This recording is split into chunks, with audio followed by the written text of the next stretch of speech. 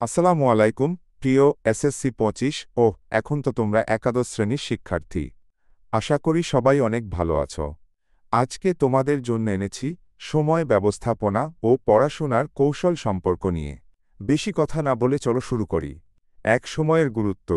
আমরা সবাই প্রতিদিন ২৪ ঘন্টা সময় পাই, কিন্তু কেউ এই ২৪ ঘন্টাকে কাজে লাগিয়ে টপ র্যাঙ্ক করে, আর কেউ পিছিয়ে পড়ে। পার্থক্যটা কোথায়? সময় ব্যবস্থাপনায়। দৈনিক রুটিন তৈরি করা, প্রতিদিন নির্দিষ্ট একটা রুটিন রাখা উচিত। কখন পড়বে, কখন বিশ্রাম নেবে, কখন মোবাইল টিভি দেখবে, সব কিছু পরিকল্পিত হলে সময় নষ্ট কম হবে। উদাহরণ রুটিন: সকাল ৬টা ঘুম থেকে উঠা, ৭টা-৮টা রিভিশন, ৯টা-২টা স্কুল, বিকেল ৪টা-৬টা পড়াশোনা, রাত ৮টা-৯টা গুরুত্বপূর্ণ বিষয় রিভিশন। রুটিন মানে হচ্ছে সময়ের ওপর নিজের নিয়ন্ত্রণ ফিরিয়ে আনা।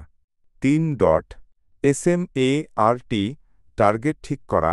আমার লক্ষ্য ভালো রেজাল্ট, এটা খুব সাধারণ কথা। লক্ষ্যটা যদি SMART হয় তাহলে তা অর্জনযোগ্য হয়।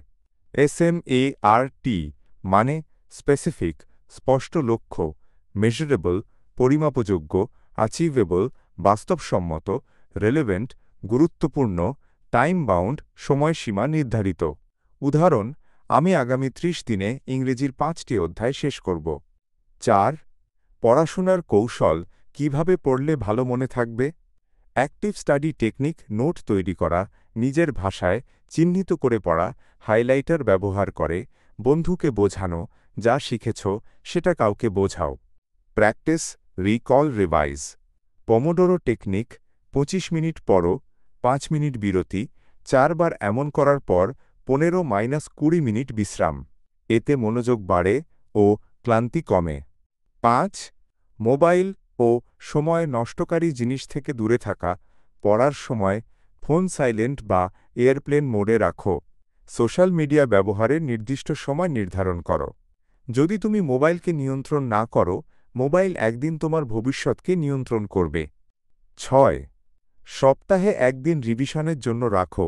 পুরনো বিষয়গুলো ভুলে যাওয়ার আগেই পুনরাবৃত্তি করো। ৭. বিশ্রাম ও ঘুমের গুরুত্ব। রাত জেগে পড়া নয়, বরং নিয়মিত ঘুমিয়ে মাথা ঠান্ডা রেখে পড়া বেশি কার্যকর। পর্যাপ্ত ঘুম না হলে শেখা ও মনোযোগ দুটোই কমে যায়। পরিশেষে, সময়ের সঠিক ব্যবহার মানেই নিজের ভবিষ্যৎ গড়ে তোলা। আজকে যারা সময়কে গুরুত্ব দিচ্ছে, আগামীকাল তারাই সবার সামনে উদাহরণ হয়ে দাঁড়াবে। নিজের জীবনের জন্য, নিজের স্বপ্নের জন্য এখন থেকেই সময়কে বন্ধু বানাও।